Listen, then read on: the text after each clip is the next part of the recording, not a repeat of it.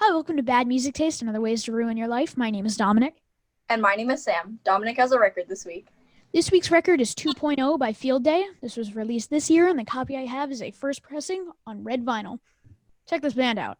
Anyways, today we're talking to photographer Atiba Jefferson. How's it going, Atiba?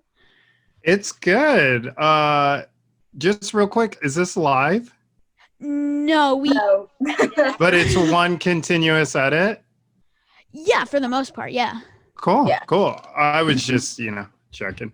It's good. I'm just here at home chilling. Kind of getting ready to do a big job, a commercial job where there's a lot of quarantining and COVID testing. So I'm just staying at home and making sure I stay safe after I got my test yesterday. So yeah, just kind of back to lockdown, to be honest. So Yeah, it's the same thing here. It's like going back to the very beginning of the pandemic where they're just where y'all are in Canada, right? We're in Baltimore. Yeah. Oh, why did I think y'all were Canadian? I'm sorry. You're fine. Canada works. Baltimore's cool. I love Turnstile. And Animal Collective's from there. And Future Islands are from there. There's so much good music that comes from that area. Yeah, I mean, there's a lot of like great local ska bands here. Yeah. Oh, really? I love ska, but I don't probably keep up on new ska as much as I wish I did. But I love the specials. I was able to see the specials a couple times last year. And I just watched a Fishbone documentary 2 nights ago. I don't know if y'all listen to Fishbone, but they're a huge influence when I was your age. So yeah, I love them. Do you know who Fishbone is? I know who they are. I just never got into them. Right. Yeah, right. but I mean that's cool. Yeah. Watch a documentary. It'll blow you away. It's really, really amazing story that they have. Okay. Okay. Yeah, there's this festival here in Baltimore. It's called the Frozen Harbor Festival. I don't think it's gonna happen next year, but they always have these awesome ska bands, and it's like the classic ones headlining, and then everyone up to that is like a local band. Oh, cool. Yeah, like I guess it was this year. This is the last show that I saw. It was the Real Big Fish headlining. Oh yeah, they're Yeah. huge. And then this band called Kill Lincoln opened, which they're from Baltimore, I'm pretty sure. And my dad was like, "Oh, I hear that they're good." And that was like the Real Big Fish are awesome, but I'd say Kill Lincoln was like the highlight. Oh wow, I'll check them out. Do you know Truth Cult? I don't think so. I don't. Oh, Truth Cult is a really good. Do you know Turnstile? It sounds familiar. Yeah. Yeah. You've never listened to Turnstile? No. Oh my gosh, you'll love I mean, you have a Gorilla Biscuits shirt. You're talking about Field Day. Yeah, Turnstile's like a huge Baltimore hardcore band. Like It sounds familiar. I've directed 2 music videos for them. Oh, that's like you have to. I should change my shirt and have a Turnstile shirt on. Dang, I have no hardcore paraphernalia. That's kind of sad. But I do. We could talk about this. It's so weird what webcams. I can't even see it. Sorry, Sean Brown. You probably can't. Maybe you see it there. My camera, it's like because I'm backwards. Anyways, there it kind of is. I got the or maybe if I do this way, that's probably better. So that's the flaming head from Dag Nasty. Yeah. So I was on a skate trip with Supreme maybe like a month and a half ago, and we went to we were in DC, And I hit up Sean Brown, who I know from seeing Dag Nasty. You know who Sean Brown is, the original singer of Dag Yeah. Nasty. And I was like, I want to get a Dag Nasty tattoo. So I was able to get the Dag Nasty head from the singer of Dag Nasty. So, Oh yeah, and I got to kick it with Ian Mackay came and met us at Pulaski and was watching skating with us. Yeah, That's awesome. Ian's a really good friend. He's someone I call every time I'm in the DC area to try and catch him. We reached out to him, so we're waiting to hear back. Yeah. Yeah, I mean he's so not I mean he is a computer guy. I don't want to say he doesn't know how to use one, but does he do Zooms? I feel like he's not a Zoom person. I don't know. He did a know. Nardwar like radio thing a while back, and that was Yeah, I mean I first met him by just being someone. Well, I met him in person, but in LA at a Dan Higgs show, also from Baltimore.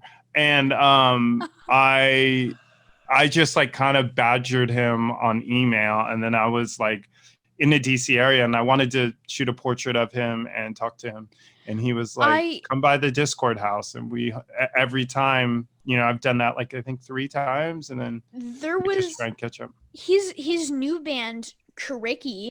Yeah, I love that record. Yeah. Oh, funny story. When you order from Discord, it was like special requests. Did you get a note? At the bottom, it said special requests, and I was like, I got a bunch of records. I got like Fugazi, and then I got Gray Matter, and I was like, is there any way Ian could sign one of the records? And then in parentheses, I put preferably one of the ones that he played on. And then it was like to Dominic from Ian, and then there was a little note from the dude who packaged it, and it was like, congrats, you've got the first ever signed Kariki record. Yeah. Wow. I got a postcard from him and it faded. I was so bummed. The ink yeah. It was on my fridge. I don't know what caused it, but the ink totally faded. But if you send him a letter, he'll send one back to you. But you already got the signed Kariki record, so you won. Yeah. But I saw Kariki like before anybody knew who they were. Oh yeah, you went to one of those shows? And there was like this Methodist church in Baltimore, and I saw them there with my dad, and we almost didn't go. Is your dad like a hardcore dude or something? Yeah. That's cool. It's a cool dad. I mean, that's like pretty amazing to be brought to that. But we almost didn't go because my dad was like, yeah, it'll be cool to see the 3 of them play music together, but we're not going to know any of the lyrics to the songs, and it's going to be packed. There were like 30 people there. We got like right up to the front, and they handed out lyric sheets to everybody. No way. That's super cool. No, I have this little binder. Sorry, 1 second. Oh, no worries. You're fine. You got a binder? And I put like we grabbed like 3. They gave us 3 for some reason. So I put all those in there, and I like linked one with the record. Oh yeah, that's really cool. And then afterwards, Ian like just threw his guitar off to the side and sat at the front, and like a line started forming. And my dad was like, go get a picture with Ian fucking Mackay. I got in line, and then I was like, can I get a picture with you? Because everybody was just shaking his hand and then like walking away. And then he was like, come sit up here on the stage with me. Which just... Yeah, he's the nicest guy. Yeah. And I think that was the one time I didn't wear this beanie. That's hilarious. But anyways, going back to the beginning, for you, like growing up in Colorado, how did you get into skateboarding as well as photography? Skateboarding just got me into everything. skating was really big then, like not as big as it is now, but the Bones Brigade had happened, and that was like a really big thing, and everyone kind of skated. It was the trend for the summer, and everyone got into skating, and me and my brother were a little bit late to the party, and we got a board that we shared. I have a twin brother, and I just fell in love. Once I started skating, I just fell in love with it, and it was funny because we got so into it, but then everybody quit because it was a fad. And we just kept doing it. Which that's how it is now. There's like a baby boom of skateboarding happening right now. Yeah, huge. The companies can't keep wood like decks in right now. So it's, since COVID, because my niece got a hold on, I might have to answer this. She got a iPad or something, and she's 7, and she's texting for the first time and FaceTiming. It's hilarious. But I'm like, I'm doing an interview. She's like, I have no idea what that says. Anyways, so I got into photography, multiple things. I was really into Spider-Man always. So Peter Parker was a photographer, and my really good friend who got me into really got me into skating, and I looked up to, he shot photos, great photos, Josh Wildman. And I had gotten into a fight with my twin brother and broke my hand and needed to take an art elective. So I took photography in high school, and when I saw a print be made, it just changed my life. And it was magical. And that was what I knew I wanted to do. I was a junior in high school, and I knew I didn't think I was going to ever make a career. I didn't think I would be where I am now. But it was definitely something that, it just became my obsession, just like skating, and it just got me to where I am today, which is unbelievable, amazing dream, because none of this was on purpose. I didn't wake up and go, I'm going to be this successful skate, basketball, music photographer. Like I didn't think that was going to happen. How did you get into music then? Was that like just something that all kind of happened at the same time? My mom, we grew up in a very musical listening house.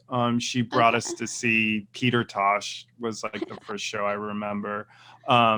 It was a lot of reggae, it was a lot of jazz, it was a lot of soul, but also then hard rock. She was, Hendrix, Zeppelin, Sabbath were all things that were, cool. But then it kind of happened right before that. There were these things you could get CDs for 99 cents.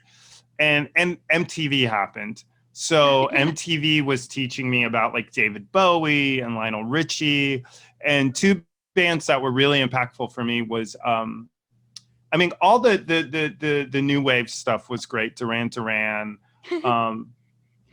but what really impacted me off MTV was The Cure, U2 was huge, and The Police. And then early hip hop, like all that stuff was just so mind blowing. But then at the same time, I started skateboarding, and skateboard videos, the soundtracks, and then the skaters were like, this is like, I had an older skate friend, and he was like, gave me Black Flag, Ramones, It's Alive, Bad Brains, Against Eye, and was like, this is punk rock. And for me, that just changed my life. And, like anything, you kind of just pay attention to a label pretty much.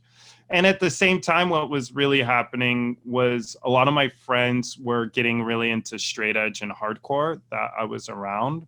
So that became a movement that, I really gravitated towards. And, even like the shirt you're wearing, the Gorilla Biscuits, like Ian's lyrics really taught me to be a better person, and so did the Gorilla Biscuits. And those are all like lyrics and values that I really cherish. I'm not like a straight edge militant person, but I do think that movement is okay. Not the straight edge movement, but the values that come around that. If you don't judge people and you take, being better, thou shalt not kill, don't be lazy. Those are all things that have led me in life to be a better person.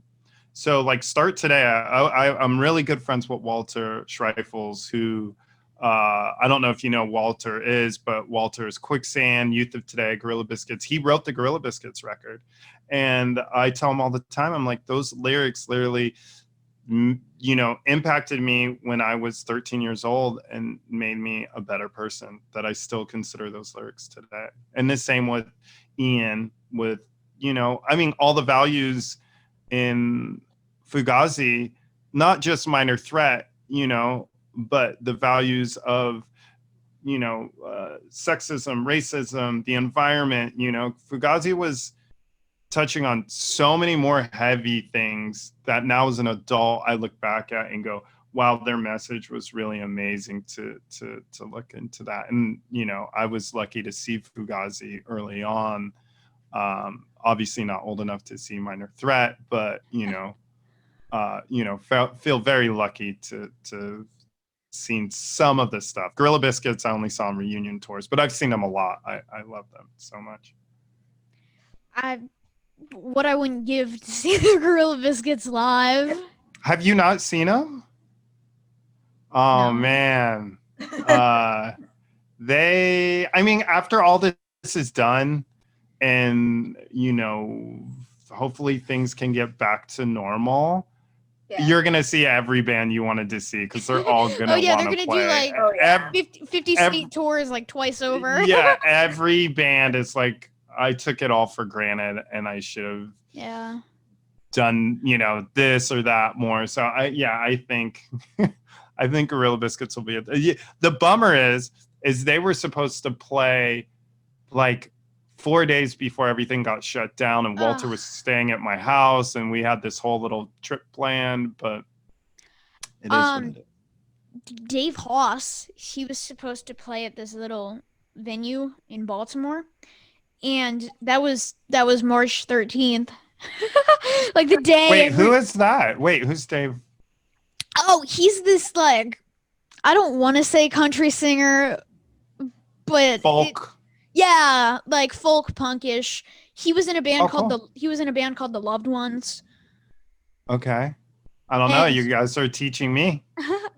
And the Loved Ones were like, they were on Fat Records. Okay. And Dave Haas, it's funny. I saw the Misfits in Philly, and now he lives in California, but he has a record called Bury Me in Philly. And we were like, what if we run into Dave Haas at the Misfits show? And we go to this little restaurant before the show, and he's sitting in the booth next to us.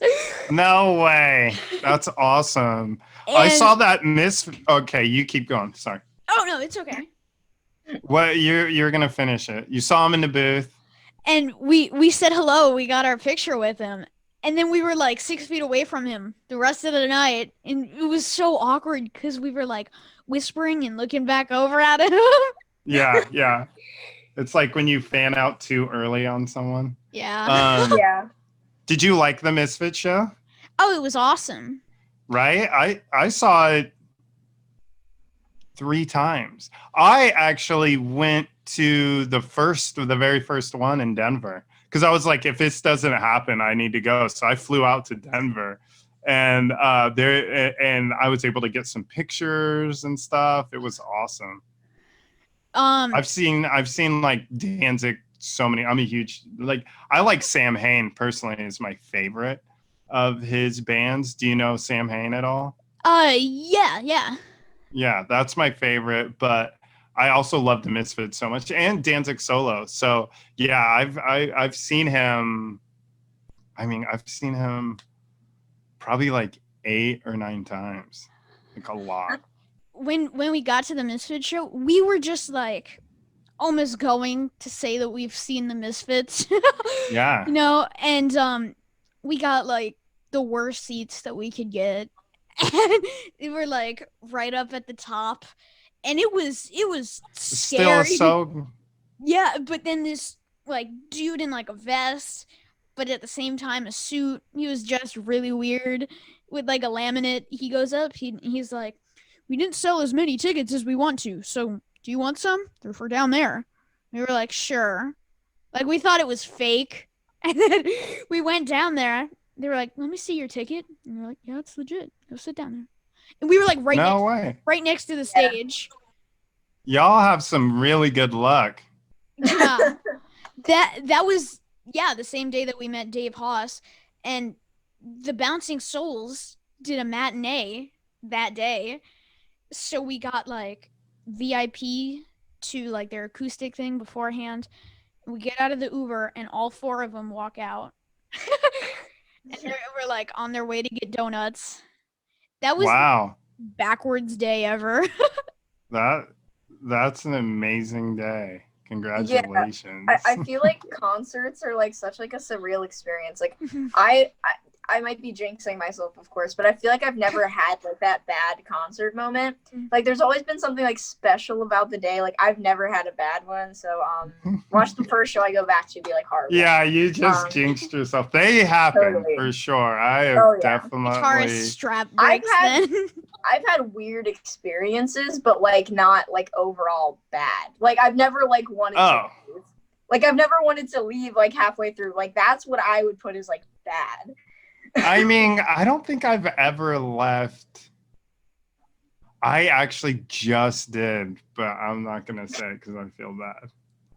Okay. I did recently. It was a comedian, and this set was just not good, and everyone was like, "You ready to go?" And I was like, "If you guys want to go, I'll go." But I would have stayed if I was on my own. Yeah, but if everybody else, I've bought a scalp ticket that was bad. Wait, for who? For you too.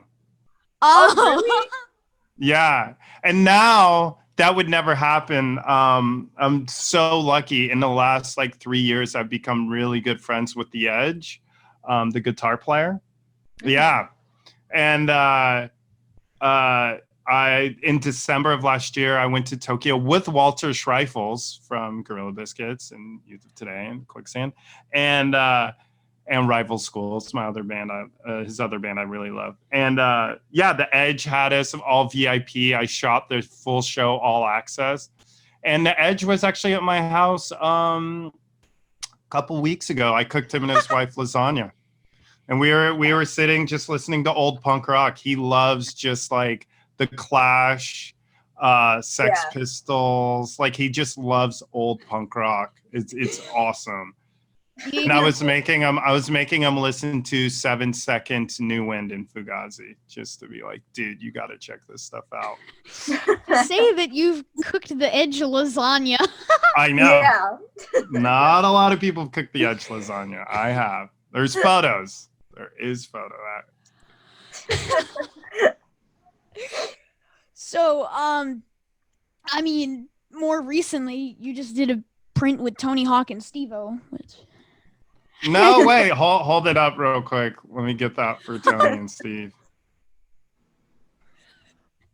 Yeah, awesome. I remember Dominic calling me the day in the mail, and he's like, "Oh my god!" And he starts like freaking out about it, and he's like unboxing. And I'm kind of a little bummed Tony and Steve-O didn't have me sign it.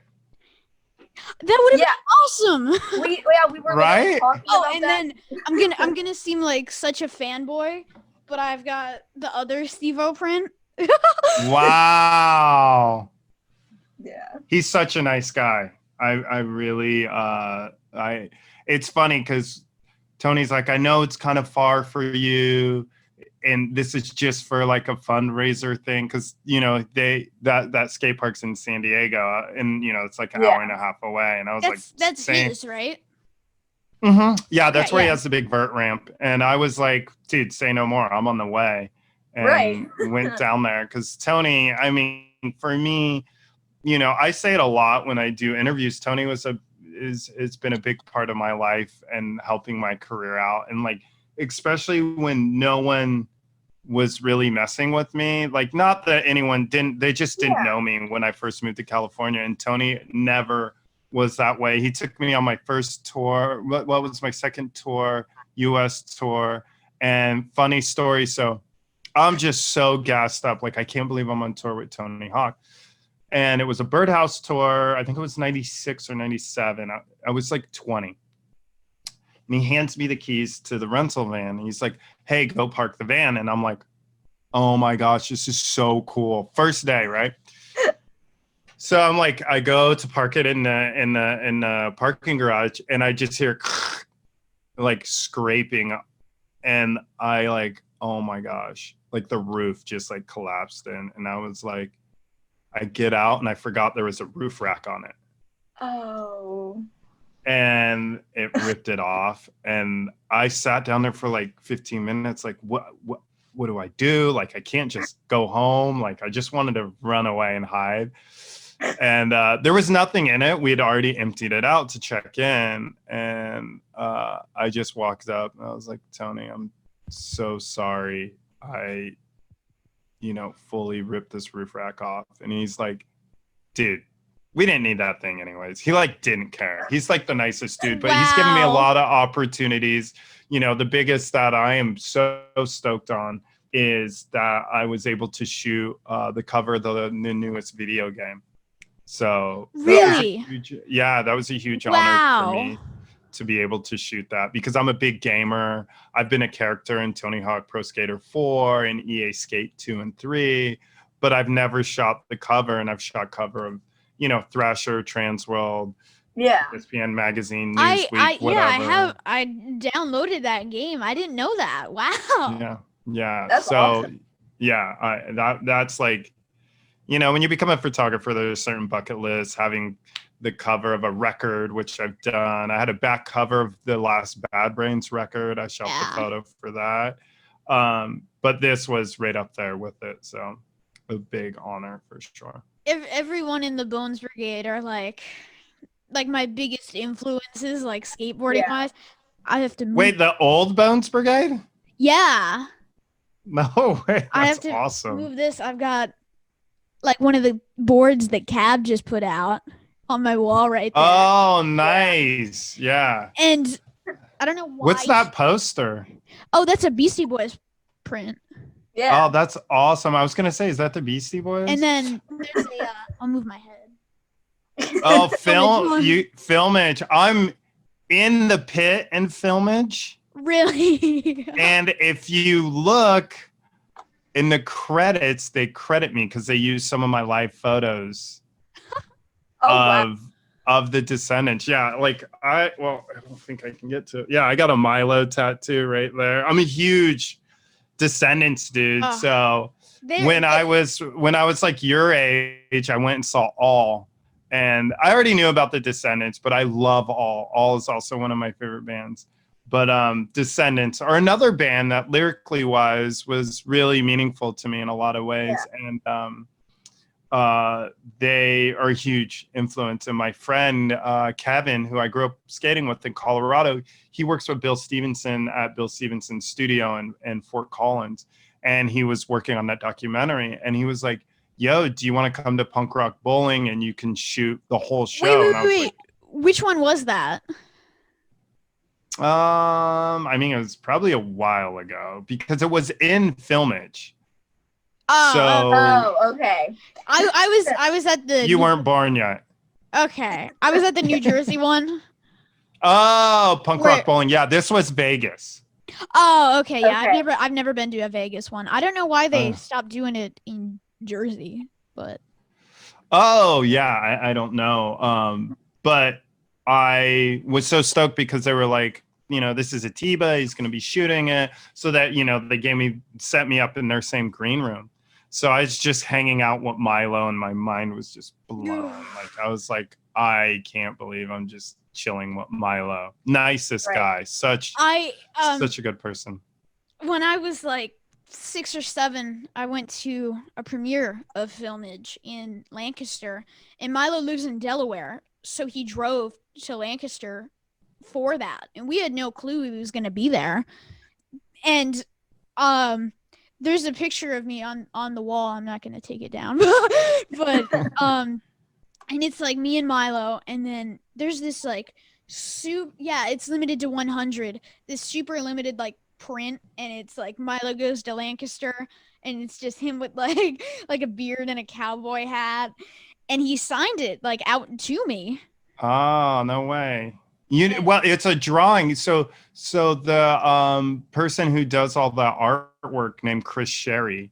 Yeah. Um, We talked to him. actually We talked talked to to him. him not that long ago. Oh, yeah. I would go to shows when I was a kid with Chris Sherry. I know Chris Sherry really well from my, like I met Chris Sherry probably at 14. We talked to Yeah. 3/4 of the current lineup of the Descendants, which Yeah. was like, what the fuck?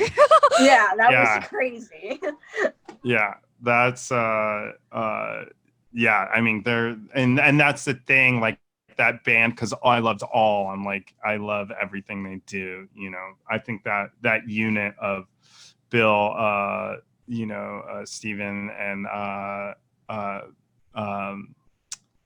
why am I Carl? Yeah, that's an amazing. He's the one person we're missing from our Descendants list. Yeah. Oh shoot! So was Milo. Yeah. Oh wow! I figured Milo was the one missing. No, Yeah, which was again like, what the fuck? It was crazy, honestly. Like, because by the time we were doing the Descendants interviews, I had kind of just been educated on who they were like 2 weeks ago. So it was even more incredible because it was just like, whoa, yeah, these people are important. Very important. And that documentary is really an amazing documentary, and the story about Bill Steven. Like, and people don't really like, I think that's what was so rad about that documentary, is that it points out how important Bill Stevenson was to punk rock music for such a big chunk of time, from doing the Descendants, from starting the Descendants, which is equally probably as influential as Black Flag, but yet he was the drummer in Black Flag, one of the biggest punk rock bands of all time. Yeah. But I think the influence the Descendants had on what became modern punk rock, from a Blink-182 to whatever all that sound is, Green Day and so on. That's what's crazy. There's not a lot of bands that are like, we're gonna sound like Black Flag, that blew up, right? Yeah. No, it's bands that sound like the Descendants. Yeah, and like, they're the most humble people in the world. Exactly. Yeah. Like Oh, sorry. No, you're fine. I was probably going to say the same thing as you. You mentioned like how it really kind of talks about like how Bill Stevenson was so crucial, and when we were talking to him, like we talked about that, and he was like, "Oh, well, I wish they wouldn't have focused on me." Yeah, he was like, it's okay, I guess. Right, like, he's like the most humble person. Yeah, he was like, they That's focused awesome. on me too much. He was like, I'm not the Descendants. But he is. Yeah, exactly. But you are. Like, I'm sorry, you are. Besides Milo, and Milo wasn't even originally in the band. So yes, Bill, you're the only. That first 7-inch that they put out, that was the record that we did, and we like have a rule, and it's like, we're never when we interview somebody from a band, we're never gonna wear their merch, and we're never gonna do their record. We're like, I want to show off this record because he signed it. Yeah. You have the first 7-inch signed, but he's not singing on that. No, Milo isn't. Yeah, but you had Milo sign it? No, Bill. Oh, Bill. Okay. I was like, that's kind of funny. That's like one time I totally put my foot in my mouth. Do you know JFA is by chance? Yeah. So I really love JFA, and they have really cool instrumental songs. And I was interviewing the lead singer. I just wasn't thinking about it, And I was like, dude, I love all those instrumental songs that y'all do. And I'm like, oh, why do you say that to the lead singer? He's not doing anything. Yeah. So remember that as a rule. Never give props to the instrumental songs. Yeah. That's fun. Same with Fugazi. I love those instrumental songs. Yeah, but then you can say that to Ian. Yeah, right. Of course. Yeah. But I also love, I think Guy Pichette, I love him just as much as Ian. Like, I'm super into Rites of Spring. But also, like, one of my favorite Ian things still to this day is the Embrace record. I don't know if you've listened to that.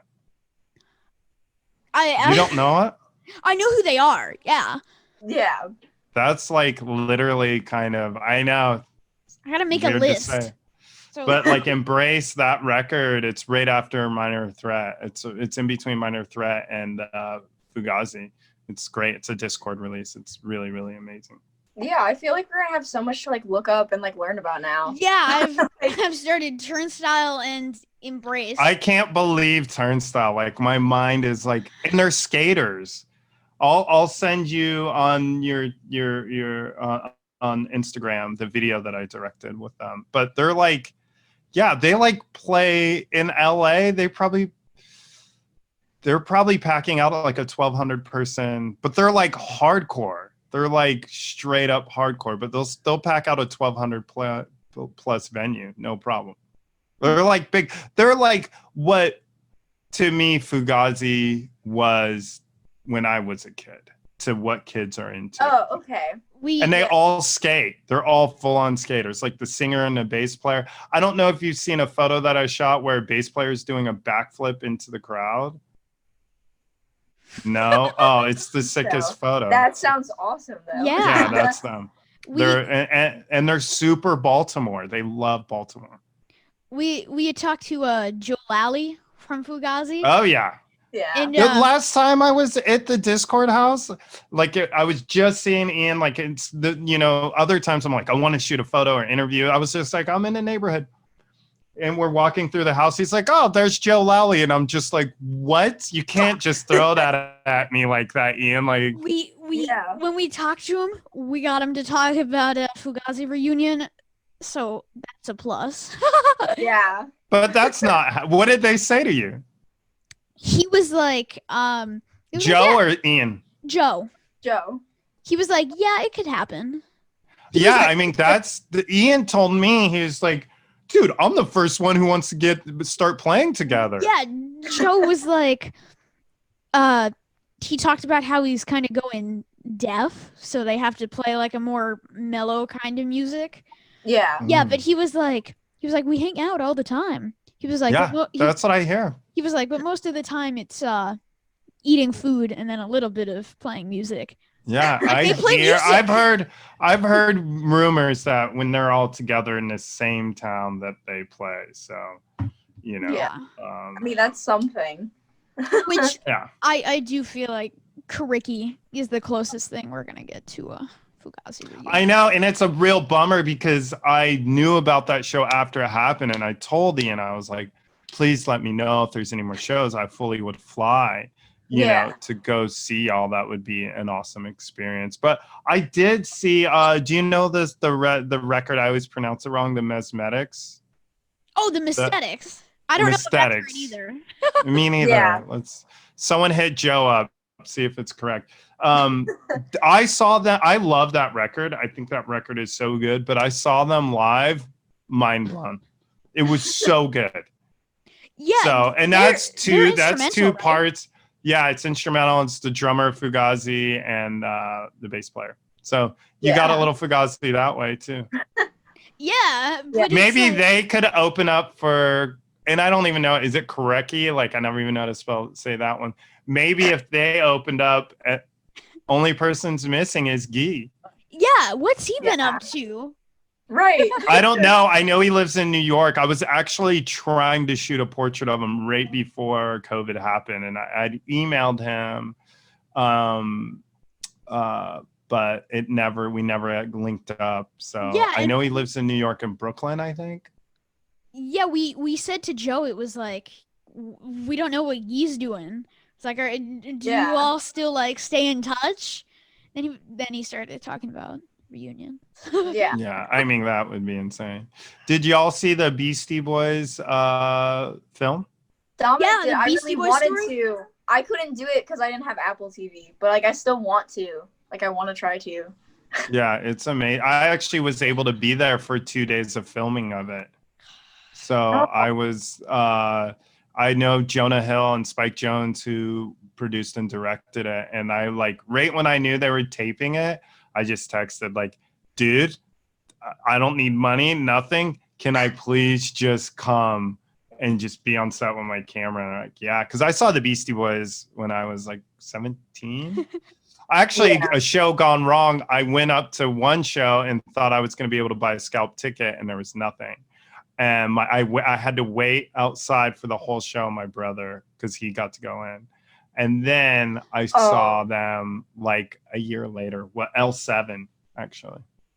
Wow. I think this has like a bunch of flyers, this print, and I think L7 is on there. Yeah, they did a tour with L7, so it was really cool. Yeah, and it's like there's half a Misfits logo because they'd probably get sued if they use the Misfits. Yeah.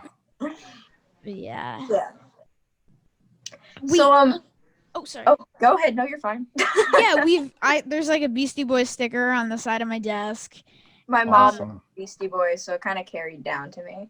That's really cool because they too are another thing, you know, after MCA passed. I think we all didn't realize, you know, that's the tragedy of some things you just think are going to be around forever. So my advice to y'all is go see every show you can. Go see Turnstile. Yeah, go see Turnstiles. You're gonna be. You like Gorilla Biscuits? You like Dag Nasty? You like all that? Yeah. You have no idea. Turnstile is because I'm old and like I'm not bitter, but like hardcore for me like was a period in my life. I still embrace hardcore, but I really Turnstile made me go, hey, listen to new hardcore, and I do now, and I think of it with a more open mind. And yeah, it's like you're gonna be so stoked. You're gonna love this band. And they have another band, Angel Dust, that's really cool. I saw them. Angel Dust. I saw them with a veil. Yeah. Oh, with who? A veil? Yeah, Angel Dust is like the guitar player from Turnstile, the singer plays guitar in Angel Dust, and the drummer from Turnstile. And then the singer of Angel Dust, they have like there's Trapped Under Ice. I don't know if you know that older hardcore band. Okay. Yeah, I think they played at their Real Big Fish show. Yeah. Yeah, I cannot believe, but Turnstile's like the big one out of there, and they're kind of poppy hardcore. You're gonna love them, trust me. There's no way. Okay, yeah, I saw Veil in Philly, and they opened. Oh, cool. That's awesome. Yeah, that was when that was like late September, so all the hardcore kids, they busted out the beanies. Yeah. I mean, it's crazy to think now, like with a hardcore show, like is crowd surfing, is the singer able to share the mic? Like, yeah, like we've talked about this a couple of times, but that's like music in general is going to be difficult to get up and running again. 100%. But hardcore and like punk rock especially is going to be rough. Like, yeah, and for the band, you got to think if you're in the crowd and you're down to surf and be close to people, you kind of don't care. But you also don't have to be maybe the first night of a 30-day tour. Right. Like if you caught COVID, tour's done. You know what I mean? So, right. I mean, you have to. It's unfortunate. I'm glad that y'all got to see some shows because I don't think they're going to be really back to that kind of capacity for a while. It seems to be a running theme on here where we talk about drive-in shows. So I went and saw one. Really? Yeah, I saw Thundercat play, and it was with the Angel Dust dudes. They were in town, and actually edit out the comedian part because that was the comedian we left early. Okay. Anyways, but that was due to sound. But the Thundercat show was awesome because it was cool. Like to see a show was so sick. And like I grew up on drive-in theaters. It was cool. It was really a way to like you focus on the actual band. Besides like a normal show, you're like, let's go get a drink or who's over there. I'm not close enough to this part of the stage. No, you sit in your car and you're stuck there, you know? So you just focus on the band. There's a 311 drive-in show, and it's kind of a bummer because I don't think I'm going to be able to make it, but I wanted to go see them. Yeah, like, we talked to a couple of the dudes from H2O, and they were like... Oh, cool. I know Toby. Toby's awesome. They were like, couldn't happen. Not with hardcore. It does. Yeah, it would be awkward. Right. It would be awkward with hardcore. But at some point, do you give up that awkwardness to actually be able to connect with your fans? I think if it gets down to years without a show. Yeah, years. I'm saying by the summertime, if the rules and regulations are still the same, you're gonna see a huge punk rock festival somewhere. That's a year. It was from March. Yeah, I mean, the last show I saw was like literally a year ago. Like the last show I saw was in November. And it's just like you were talking about, I would have went to so many more. So like, many more. You're was, probably like being lazy, taking it for there granted. was a couple I gave up because I was like, I don't know if we can do like two in a my week. feet They'll come around. I was like, last one. I was like, they'll the come whole around. time. They'll come around in like August, and I was like, They didn't come around no. in August. No, it's so sad. I know a lot of musicians, and it's devastating. I feel so bad because even for myself, I'm able to still work and handle the stuff that I need to do to some degree. Obviously, I'm impacted heavily due to the pandemic. I remember that last week of in-person school, before the shutdown, there were kids like wearing masks, like in school, like only a handful of people. Yeah. And teachers were like, "Take it off, you're being obnoxious." It was and weird. Now, and now you kind of think about how schools are going back. We're like, how would that work? Because we have like a really or already overly populated school. Yeah, there's like 2,000 kids. Yeah. And and that's not even staff and everything, and that's only 3 grades. So it's like, to think about the kids that wouldn't wear masks, the teachers that that would be stubborn.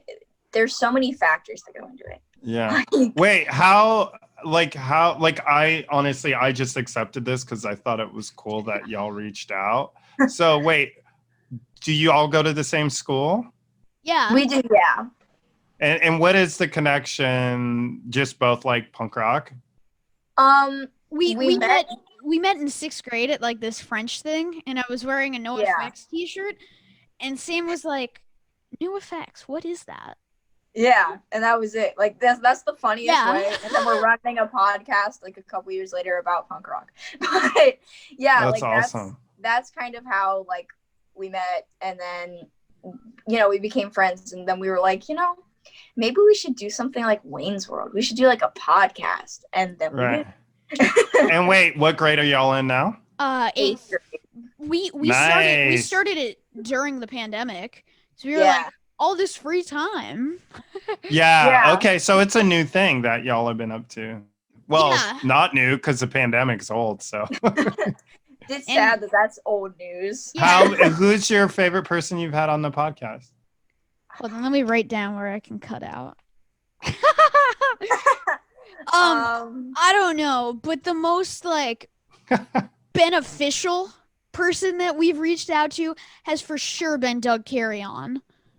Oh, cool. Yeah, that was great because like we're still in contact with him. Yeah, we still talk to him like almost every day. I'm gonna text him after this to tell him that it went amazing. Yeah. And because you know what's really funny? Don't cut this out because I want to give him many props. I actually saw a really awesome photo of him skating as a young kid. Yeah, doing like a wall ride. Yeah, that was insane. It's like the coolest photo. But I got that Dag Nasty tattoo because like Dag Nasty's like they're like top 10 for sure in my list. Like it's really funny because another early record I got was Can I Say? And that record is my everything. Like I love Can I Say? And then I got Wig Out at Danko's. Yeah. And I got to see like the transformation, like all these bands, and that's what I tried to tell The Edge, were so heavily influenced by YouTube. Yeah. And like what was going on in mainstream music that they slowed down the songs and like kind of got a little more soft. And I'm a kid, I'm like pent up aggression. I want like fast.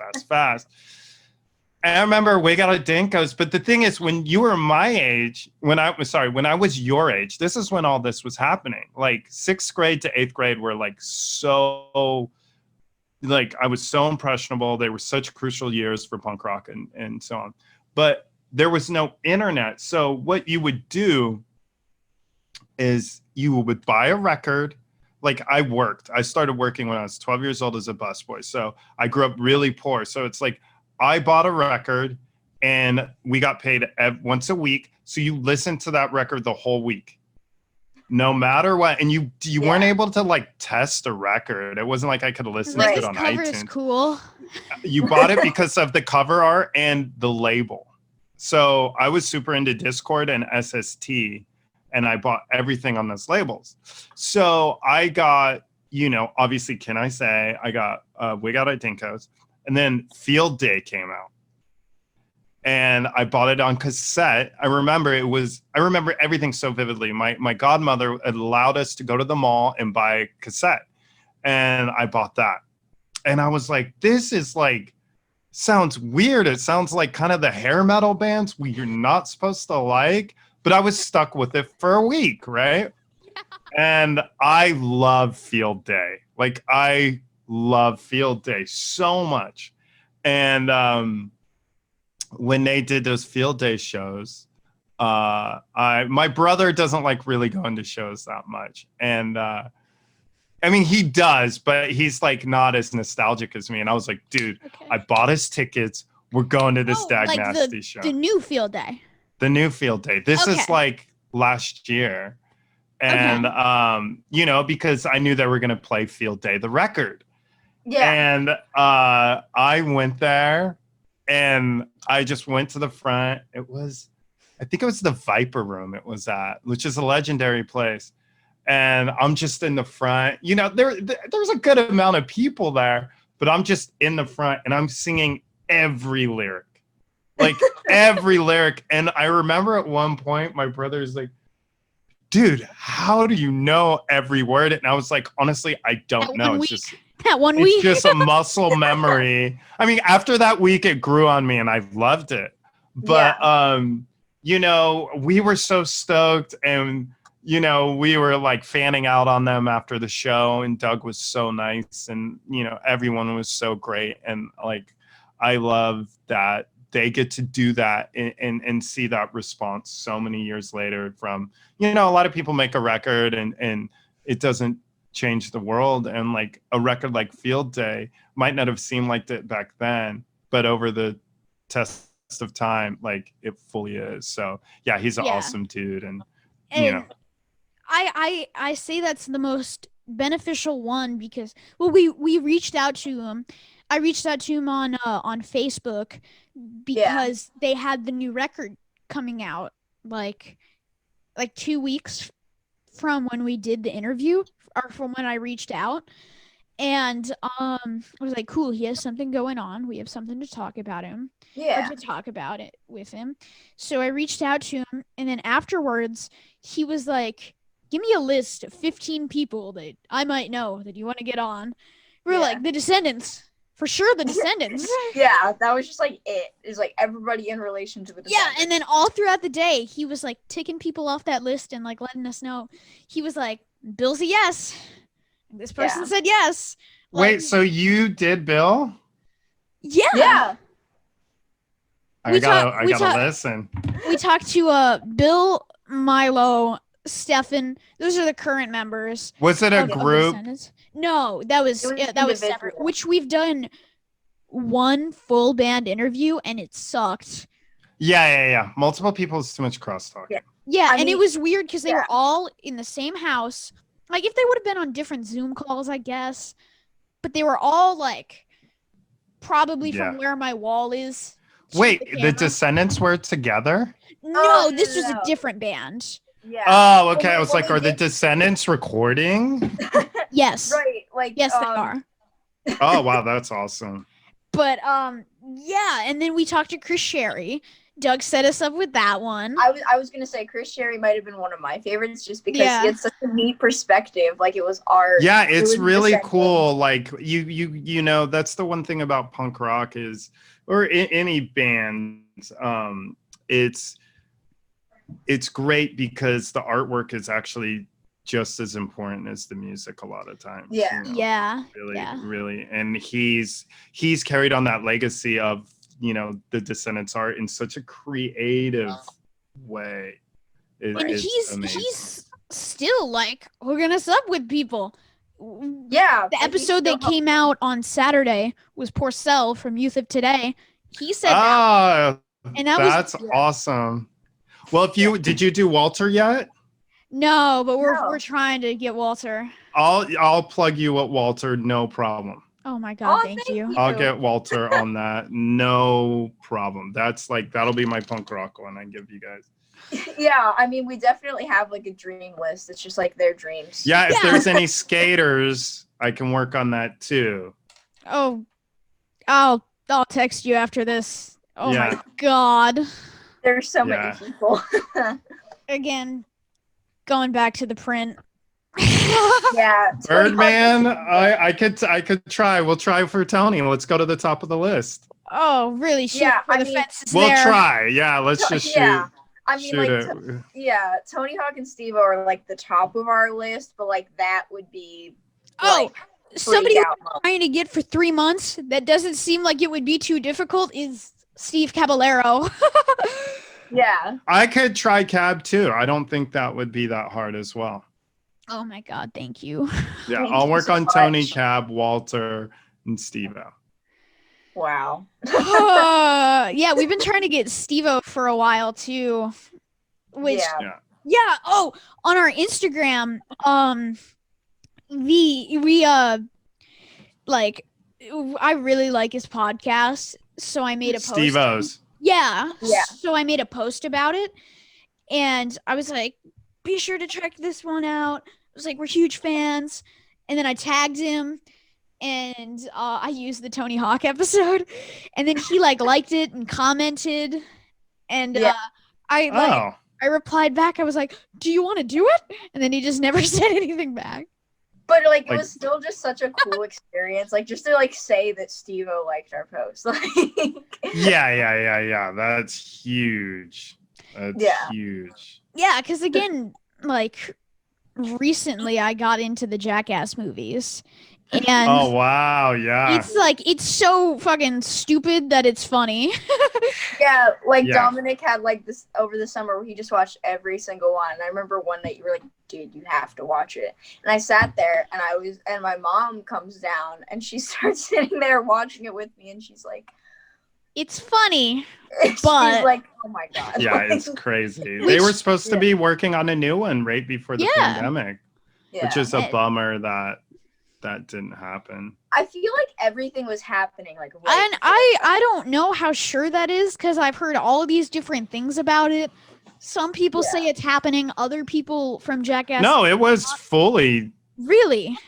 Yeah, they'd wow. been writing, and I think they had even shot a couple things, is what Steve Wow. was telling me when I saw him when we did the photo shoot, and also Wow.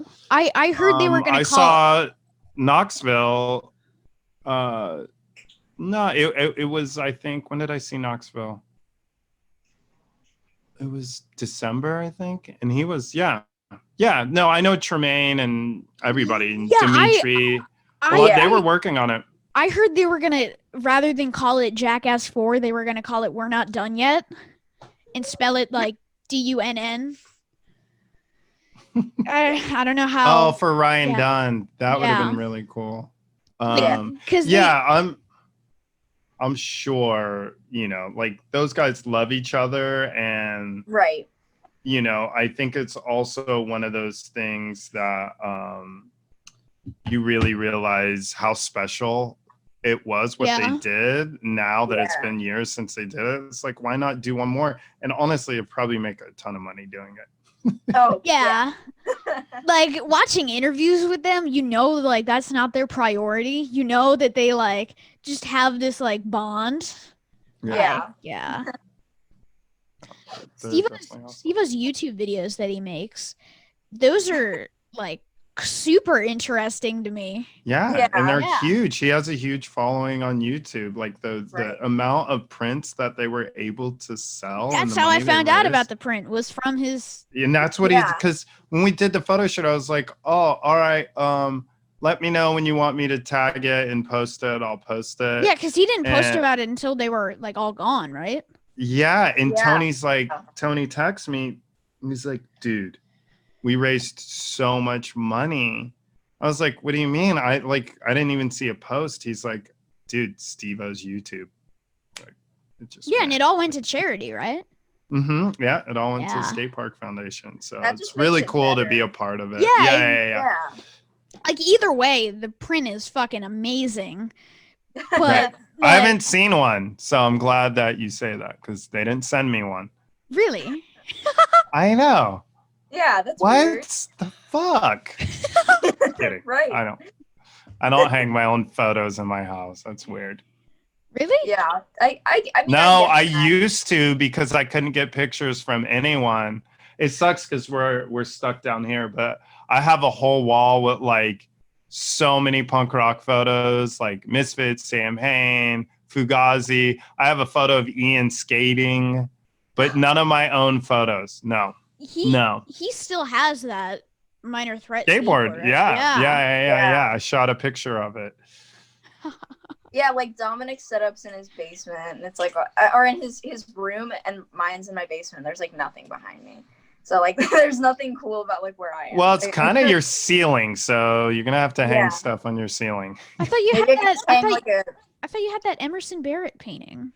That's in my room. Oh, okay. See, maybe I should just get like a mirror. I can like reflect myself on the ceiling. Or a projector. That would be cool. I could be like in like Starry Night. Yeah. You could be projecting the Descendants above your head. This is such a good Yeah. idea. Oh my Yeah. god. I think I have an extra projector that you can have. Projectors are really cool. I never got into my brother's really into it, and then I got one, and it's actually, like I have a wall outside, and it's kind of you can only hang out with your friends outside. So Yeah. I play the drums and the bass and the guitar, and drums especially. We set up a projector from the ceiling in like the music room, and I'll like play along to like these recorded shows, and it's just the best. Yeah, I don't really drum. I don't. I play piano and I play bass, but there's like a drum beat from the beginning of the Fugazi documentary that I always try and emulate, and I never can get close. And I'm like, that dude is such a nasty drummer. It's insane. And the same with Bill Stevenson. Oh yeah. Bill Stevenson just plays here. Like, but how are you doing all that without like it's Right. crazy. Yeah, without moving your like arm. It's just Exactly.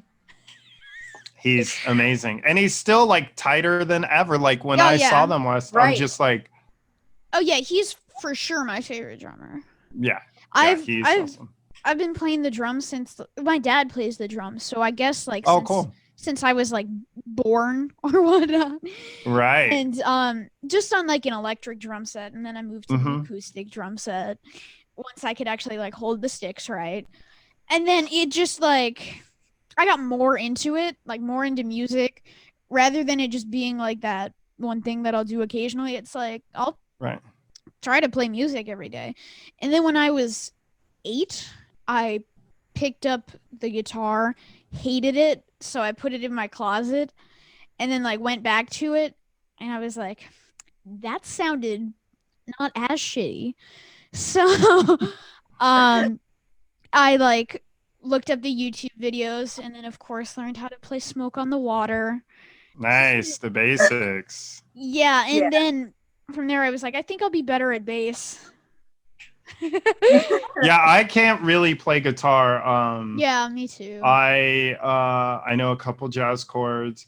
I'm trying to learn an American football song that a friend taught me. But I do play bass. I love bass, and I'm too sloppy for guitar.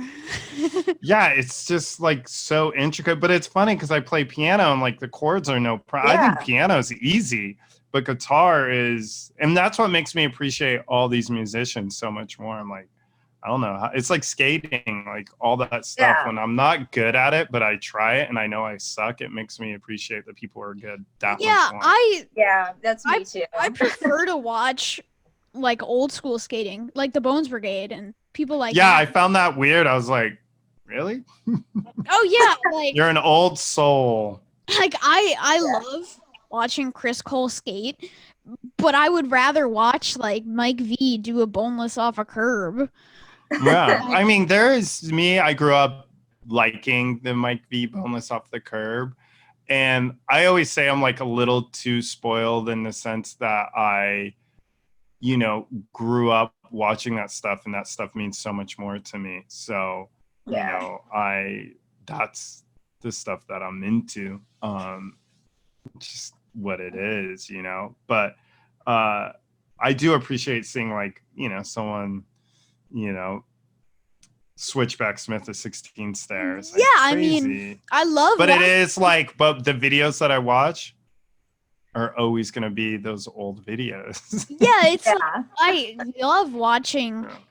Like some I'm going like- to watch casually. Like I try and watch Yeah. as much new skating, but it's like, oh, I watched it once, I saw it, I'm good. Yeah, you like know? I Right. loved watching Chris Cole 3-flip Wallenberg, but like I could never do that. Like Yeah. watching somebody do a boneless, like that's possible. Yeah. Try to I mean, do if that. I always say, if I could just time travel back to the 80s, but have my skating skills now, I'd be the gnarliest dude out. Yeah. Like go back to like the year before the kickflip Go- was invented. Oh, and invent all of it in Yeah. in one day. Just like, oh, I'm gonna blow your minds. 360 flip, kick flip, nollie flip, switch flip. Like, I would go down as being the greatest skater ever. Like he Oh, yeah. invented those tricks. Totally ruined Rodney Mullen. Beat Rodney Yeah. Mullen to Oh the yeah. Although he's the exception for like technical skating. Oh, Although he was in the he boat changed race. everything. Yeah. Yeah, I mean, people don't yell "do a pop shove" out their car windows. They yell "do a kickflip," which is I know. Which is annoying. I'm actually like, for the record, fuck Eric Costin for like coining that. It's so annoying, dude. Like when we're filming and shooting on the streets, I don't need someone to yell, do a kickflip. I rather skating sucks. Skaters are losers. fuck you. Yeah, exactly. Yeah. Like you took me getting degraded away and I was like, do a kickflip. Like, shut up. Like, Exactly. so like annoying. nowadays. But I do love he's cursed. Because whenever, like, where were we? We were it was a Dodger game, and I was with Eric sitting, and these dudes behind us the whole game, do a kickflip, First he's like, and then People tell him to after do a while, a it was kickflip. just like Eric all the time. Oh. He cursed himself. That's on him. Yeah, I feel like nowadays if you say you can skate, people are like, "But can you do a kickflip?" Like that's just Yeah. like the Yeah, first it's like question kickflip everybody is the asks. end all be all of skateboard tricks. But it kind of is when you learn to skate. It's the longest. It takes you longer than the ollie or anything. And once you actually learn the kickflip, your gateway of everything else is accelerated. It's pretty cool that that's like the trick, at least. It's like, yeah, like you said, pop shove it. No, it's do a kickflip. Which I'm very behind on pop shoves. I'm getting close. I started skating recently. But like kick flips I'm close to. Pop shoves. Oh my god, I Really? hate that. It I doesn't hate even that play. trick. I have Do you to- skate, Sam? So like it's gonna sound like the shittiest excuse ever, but we were just talking about this before. I feel like I have so much like on my plate that I can't take the time to skate because I want to be able to focus on it. That's not a shitty excuse. She's in like student council and No like way. every after school Yeah. program. So I'm not trying to like brag, but like of my school, I'm the president of our student council, and then I'm in the county level executive board, and I'm trying to go to the state level. So like I'm pushing the politics right now, Yeah. but I want to be able to take the time to like actually learn because I find That's it so cool. fascinating. Yeah. And like Yeah, just- and politics are a great thing because like I'm so bummed Trump didn't win. It's like devastating to me. And the fact that like I just wish more people would have been backing him and supporting him and we could have got him in office. Kidding. Come on. Okay. Oh, Got ya. shit. Got ya. to have a heart attack. I know. Oh I my was- god, that like- was so Hey, can you send me that clip today? Please. Okay, Can you I'll mark that? Yeah. Can you mark that down, Dominic? I don't know if you're gonna edit it, but I need Yeah. just that clip. Holy oh, shit! Oh my gosh. I was I like, Yes. my breath literally just I was like, went out. we can't air this now. Like, I oh was- my Yeah, God. you would have canceled me. I would have been canceled yeah. culture. like okay. Oh my so- gosh, I got 'Cause I your was- faces 'cause I were was- insane. Because I was like, The I don't voice know you what to said that in. say. I don't know what to say to that. Yeah. I know. Yeah, I'm like, well, Because Trump supporters, like, when you say you don't support their, like, fucking God or something. yeah, it's crazy. just It's Oh, crazy. like the holy voice you said it shit. in.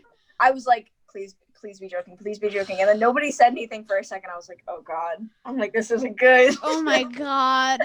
That was, Oh, yeah. I was like, amazing, what right? if I just I tweets should be an about actor. Obama? Oh yeah, What if I just Yeah. tweets about Obama? Yeah, Oh my God, that scared the shit out of me.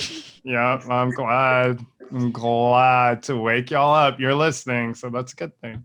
Oh, Well, yeah. that's awesome. You're doing politics, and that's like a really,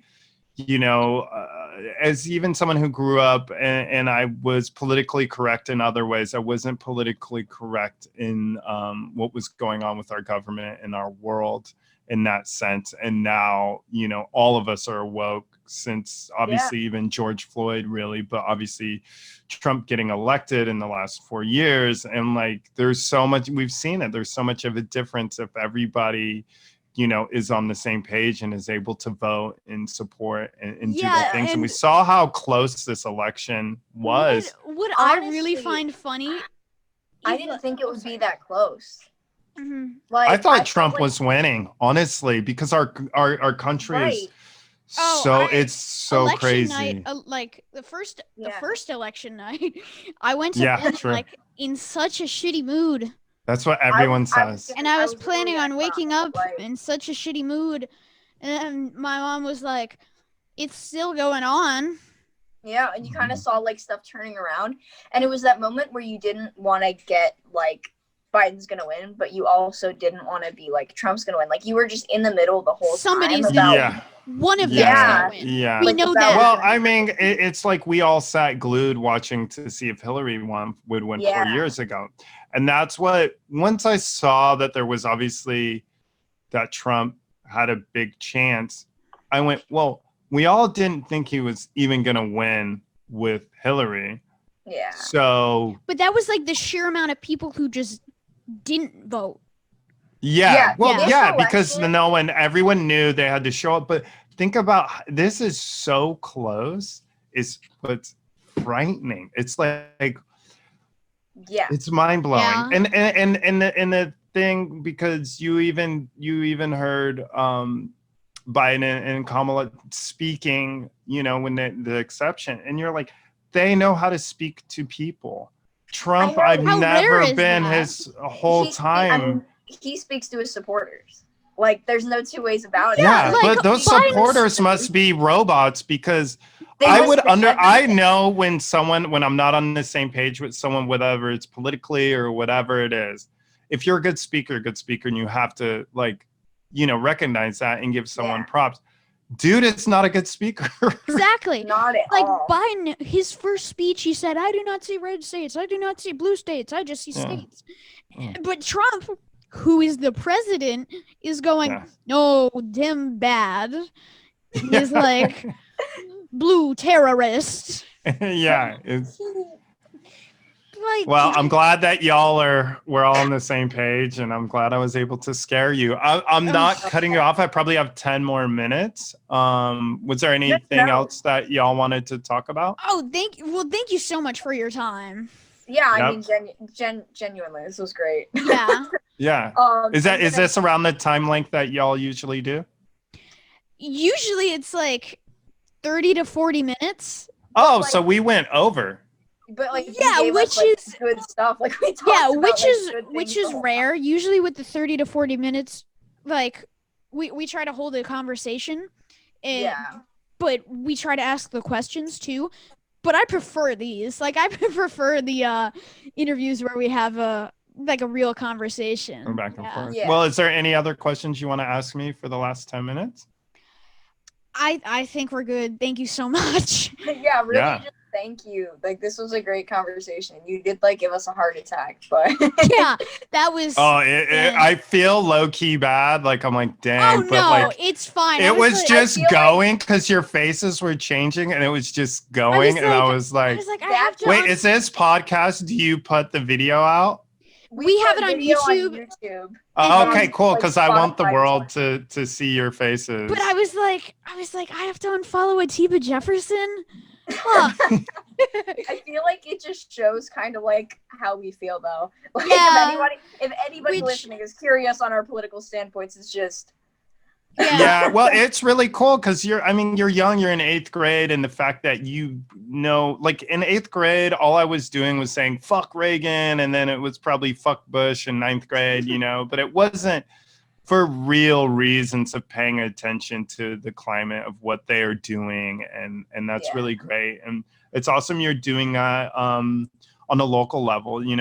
I just started doing volunteering about 3 months ago at a community center in Watts, and I never did that stuff before. Like, I always am down to support, fundraise, but this is like every Friday morning, I wake up at 6 a.m. and I drive 30 minutes and we go to this housing project in Watts, and they have all these groceries, and I sit on the front line and 500 families come through and we give them groceries. And the cool thing that it started with was a guy that works for Vance. There's a skate park right there, and there's no one skating it. And he was like, I've been volunteering at this place. Can you help us get, like, there's 100 kids in this project. I was like, let's get them 100 complete skateboards. So Santa Cruz that's and Baker, That's they, it was crazy. All I had to do was make 2 phone calls and we had the boards like that. And I was like, whoa, the power of being able to do this. yeah. But it's now my new thing. It like puts me back into being in high school where I wake up at 6 in the morning to do something. But just being able to help these families and being able to really make a difference locally. And now, I'm doing fundraising, I'm doing all these things. It's really great. And it's amazing. Flea from the Red Hot Chili Peppers is there, and he's a really good friend. He's there. Brad Pitt comes and drops off like literally 120 of the baskets and helps unload stuff. So it's like this funny thing. But for me, it's just so great because no one has an ego. We're just there to help these families. But it's also something that I didn't just do one time.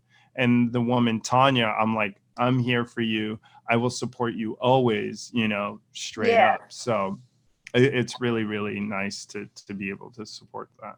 Yeah, and y'all that's are doing amazing. stuff like that, and all that stuff is an influence from someone like Ian and Guy and Fugazi doing the canned fundraisers at those shows, because at the Fugazi shows it was $5 in a can of food, and that was always really? you brought a can of food. Every Fugazi show I went to was a canned food fundraiser. Okay, because there's actually a really messed up story. So where I grew up in Colorado, there was a lot of skinheads and a lot of racism and stuff when I was younger. And one of the most fucked up things the skinheads did was write swastikas on their cans of food.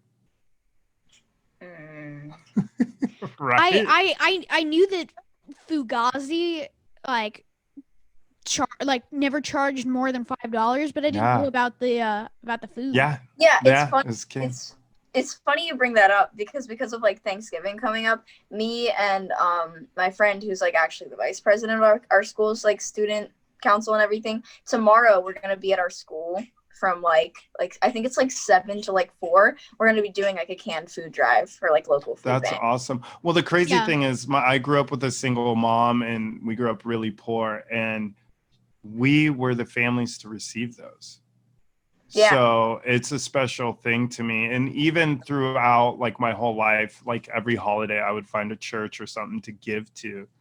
But that was really cool. But like I don't have kids or anything like that, so I have this time in my life, and now this Watts community core is like literally my thing. Every Friday I like wake up, I go there, and try and do as much as I can for them, because you realize in life you have these opportunities that a lot of people unfortunately don't have, but it's better to be able to try and make a difference in their lives, because I think about the families that donated food to me, and it definitely had an effect on me to get me out of the situation I was in, so it helped my mom, who was like working a job, but she was raising 3 kids on her own. She was a bartender there. She didn't have a chance to to Yeah. do the things that people who have high paying jobs can do.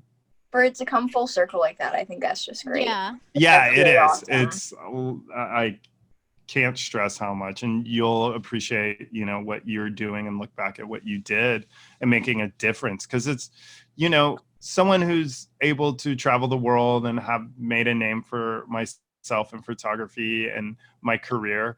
That's great. It's great to know, you know, social media and be able to affect people all over the world. But no, the real reward is making an impact where you live, so you can drive around and you can think about the impact you had locally. And after you're able to do that, that's when you take it worldwide. Yeah. Shout out to Watts. Yeah. Yep. Shout out to Watts Community Corps. Is it just in one area or? Well, no. Well, we're Watts Community Corps, but they do other things in that area. But yeah, it's awesome. I mean, gosh, probably 30 or 40 people show up. Like, there's a lot of people that, and they donate food. There's, you know, there's people who donate produce boxes. There's an awesome pizza place that L'Amore's, they give frozen pizzas. You know, everyone, I mean, what they're getting once a week is awesome. It's like great produce. Awesome. It's great groceries. So, you know, these low income families are able to actually eat really good. So, and it's every Friday, and there's a hot food. So you can, that Friday, you can get a hot food meal, at least for that day. So you don't have to worry about cooking. That's awesome. That's really great. Yeah. Yeah. I mean, Well, that's just amazing. Yeah. Well, again, thank you for your time. Yeah, thank you so absolutely. much. This was awesome. Let me know when you cut it, and I'll Okay, promote on my I'm gonna channels. I already left Steve Caballero a comment on your Instagram. Try and be like, get on the podcast. I'll work on Tony right now. Send me that clip of me telling you about Trump, and that's what I'm going to send to people to get them on the podcast. It might be like a half an hour-ish. Oh, Yeah. Take your time, whatever. But I'll use that as my ammo. Like, I did a really cool podcast. But you should listen to Turnstile and look up Turnstile. I got the list. And I'll make I'll 100% make the singer or the bass player, both of them are characters, do your podcast. Oh yeah. But trust me, look them up. Now that you know that name, you'll never forget it. Oh, and you should do Sammy Siegler, the drummer. Oh yeah. I could get Sammy. I could 100% get. We're working on that. Oh, you already have a connect. Yeah, Doug set that one up. Yeah. Sammy would do it in a heartbeat. I'll put more pressure on Sammy. Okay. All All right. All right. Well, that was awesome. Y'all have a good night. You Thank too. you. And then just Instagram. Let's stay connected. Okay, For thank sure. you. Okay. Bye.